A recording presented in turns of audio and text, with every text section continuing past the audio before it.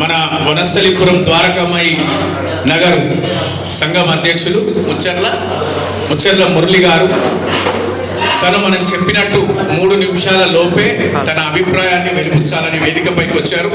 కాబట్టి మన తోటి మిత్రులు మాట్లాడుతుంటే మనం మాట్లాడితే బాగుండదు, వాళ్ళని అగౌరవపరిచినట్టు ఉంటుంది. ప్రతి వ్యక్తి గొప్పవాడే. అవకాశం రాక కింద ఉంటారు, అవకాశం వచ్చిన వాళ్ళు పైన ఉంటారు.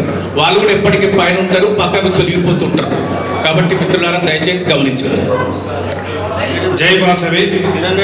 ఈనాటి ఆర్యవైశ్య మహాసభ ప్రక్షాళన కమిటీ అధ్యక్షత వహిస్తున్నటువంటి పెద్దలకు మరియు ఇతర ప్రాంతాల నుంచి వచ్చినటువంటి ఆర్యవైశ్య సోదరిమణులందరికీ, గౌరవ పెద్దలందరికీ, ఇతర ప్రజాప్రతినిధులుగా ఉన్నటువంటి ప్రతి ఒక్కరికి శుభోదయం మరియు నా యొక్క నమస్కారాలు. ఈ యొక్క కార్యక్రమం, నా యొక్క సలహా, నా యొక్క సూచన పెద్దలు మన్నించి నేనేదైనా మాట్లాడి తప్పిదారి మాట్లాడుంటే క్షమించవలసిందిగా కోరుచున్నా. నా యొక్క నిర్ణయం ఏంటంటే, నేను చెప్పే ఒక సలహా ఒక చిన్న వ్యక్తిగానే కావచ్చు.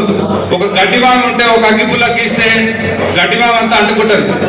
అంటే ఒక చిన్నవాడు చేసే కార్యక్రమము 10 మందికి తెలుస్తుంది, 10 మందికి మేలు జరుగుతుంది అనే ఉద్దేశంగా దృష్టిలో పెట్టుకొని ఎవరైనా ఈ యొక్క కార్యక్రమాన్ని ఆలోచించవలసిందిగా నా యొక్క మనవి. ఎందుకంటే మహాసభలో సభ్యత్వాలు తీసుకున్న వారికి ఓటక్కు లేదు, సభ్యత్వాలు లేవు. 10 సంవత్సరాల నుంచి ఎంతమంది అధ్యక్షులు వచ్చినా, మండల అధ్యక్షులు వచ్చినా, జిల్లా అధ్యక్షులు వచ్చినా మేమైతే మెంబర్షిప్ తీసుకుంటున్నాము, మెంబర్షిప్ లేదు. ఎన్నోసార్లు తీసుకున్నాం, మెంబర్షిప్ లేవు. మెంబర్షిప్ ఉన్న వారికి ప్రతి ఒక్కరికి ఆర్యవైశ్యునిగానే మెంబర్షిప్ తీసుకుంటున్నాం. వారందరికీ ఓటక్కు ఉండాలి. ఆ ఓటక్కు ఉండాలి అంటే మనకు లేదయ్యా అని అడిగితే నీకు అసలే మెంబర్షిప్ లేదంటారు. మెంబర్షిప్ ఇచ్చినవయ్యా మా దగ్గర స్లిప్ ఉందంటే ఆన్లైన్లో రాలేదంటారు. అది చేసే కార్యక్రమం ఎవరిది? అధ్యక్షుడికి ఉన్న వారిదే బాధ్యత. ఆ బాధ్యత లోపాలని మనం ఎండగట్టాలి. అంటే మనమందరం ఆర్యవైశ్యులం, అందరికి ఆదర్శవంతులం. మన దగ్గరికి ఆర్బీఐ లేనప్పుడే మనం అందరిని ఆదుకున్న వాళ్ళం. ఇవాళ ఆర్యవైశ్య మహాసభ రోడ్డున పడ్డట్టు చేస్తుంటే ఎంత బాధేస్తుందో మనం అందరూ ఆలోచించుకోవాల్సిన అవసరం ఉంది. దీనికోసం ఎన్ని కులాలు, ఎన్ని మతాలు, ఎన్ని వర్గాలు, అన్ని వర్గాల వారు ఆలోచించి ఐక్యతగా పోరాటం చేస్తుంటే మన ఆర్యవైశ్యులం అంతా అక్కడొకరు ఇక్కడొకరు అక్కడొకరు పోతే గుట్టకోరు చెట్టుకోరు పోయినట్టు మనం చేస్తున్నప్పుడు పోరాటాలు వేరైతున్నాయి. మనం ఉద్యమించేటప్పుడు మన నాయకుడిని ఎదగలేకపోతున్నాం, మనం ఒక సమిష్టిగా చేయలేకపోతున్నాం, మన పిల్లలకు ఒక కార్పొరేషన్ కావాలంటే అడగలేకపోతున్నాం, మన పేదవానికి ఒక ఇల్లు కాలిపోయిందంటే ఆర్థిక సాయం అందలేకపోతుంది. హాస్పిటల్ పట్టాలంటే ఏ నాయకుడి దగ్గరికి వెళ్ళాలి? మన వాడు ఒక ఎమ్మెల్యే ఉండు, అధికార పార్టీ లేడు. మన ఒక ఎంపీ లేడు, ఒక ఎమ్మెల్సీ ఉండు, అది అధికార పార్టీలో లేకపోయి ఇప్పుడే వచ్చిండు.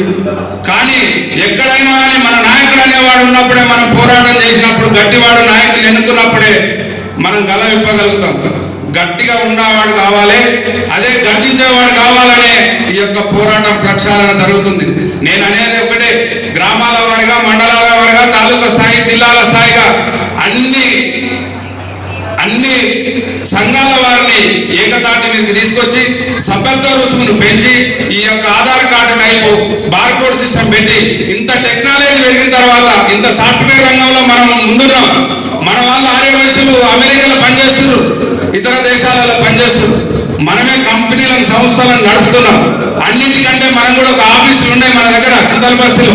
అక్కడ ఒక ఆఫీసును ఏర్పాటు చేసి అక్కడ వారందరికీ బార్కోడ్ సిస్టమ్తో ఆధార్ కార్డు లాగా బార్కోడ్ సీరియల్ నెంబర్ ఇచ్చి వారు ఎక్కడున్న ఆన్లైన్లో చెక్ చేసుకునే విధంగా, అరే మనము ఎక్కడ ఎవరు అడిగినా దాన ధర్మాలు చేస్తున్నాం.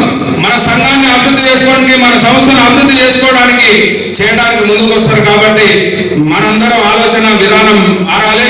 ఆనాడు 101 అన్నారు, 151 అన్నారు, ఈ రోజు 251 అన్నారు, 501 రూపాయలు అంటున్నారు. అది దేనికి సరిపోతుంది? ఆ ఉన్న ఫండ్ ఎంతనో ఎవరికి తెలియదు. దాని మీద వచ్చిన ఆదాయం ఎంత, దాని మీద వచ్చిన అభివృద్ధి ఎంత, ఏ పేదవాడికి ఏం సహకారం చేసినాం అనేది ఎక్కడ కూడా తెలియదు. పత్రికా ప్రకటన తెలియదు, టీవీలో ప్రకటన తెలియదు, ఇంకొక పక్కనున్న ఆయన కూడా తెలియదు. ఏ సేవ చేస్తున్న ఒక పేదవాడిని పెళ్లి చేసుకోవడానికి మనం ఉచిత హాల్ ఇస్తున్నాము, ఒక హాస్పిటల్లో పడ్డవానికి 5,000 రూపాయలు సహాయం చేస్తున్నాం అన్నటువంటి మహాసభ నుంచి ఎక్కడన్నా నిలబడదా? ఎవరికి కూడా తెలియదు. మా పేదవాడి కోసం హాస్టల్ సీట్ అడిగితే లేదయ్యా అన్నాడు. నా ముందే వేరే కులస్తులకు ఇచ్చినప్పుడు నేను నిలదీసి అడిగిన, ఎందుకు ఇవ్వాలని అడిగినా. నేను అడిగినాం, మన పేదలు ఆర్య వయసులు ఉన్నారు, డబుల్ బెడ్రూమ్లు కావాలని అడిగినాం. మహాసభ మీటింగ్లో అడిగినప్పుడు ఎమ్మెల్యే గారితో 9 ఇవ్వమని చెప్పాం. ఇట్లాంటి బెదిరించేవాడు ఉన్నప్పుడు ఎవడైనా ముందుకు వస్తాడు. మనం అడగలేనప్పుడే మనం ఎంత చేసినా కానీ వాడు చేయలేడు. మనం ఎంతో మంది ముందు వెనకంగా ఉండి చప్పట్లు కొట్టడం అంటే ముందు వచ్చి నిలదీసి అడిగిన వాడే గొప్పవాడు. మీరంతా ఎన్నుకుండి చప్పట్లు కొట్టేదానికంటే ముందు వచ్చి నిలబడి అడగండి. అది ఎందుకు కాదో చూద్దాం. మనమందరం ఒక్కరికి ఈ విషయం ఇక్కడికి వచ్చిన సమావేశం గురించి మనం ఒక్కరు వినొచ్చు. మనం వెళ్ళి మన సంఘ సభ్యులందరికీ 10 మందికి తెలియజేయండి.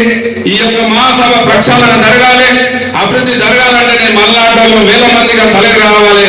మనందరం ఈ యొక్క కార్యక్రమాన్ని మహాసభ గొప్ప విజయంగా ముందుకెళ్ళాలి.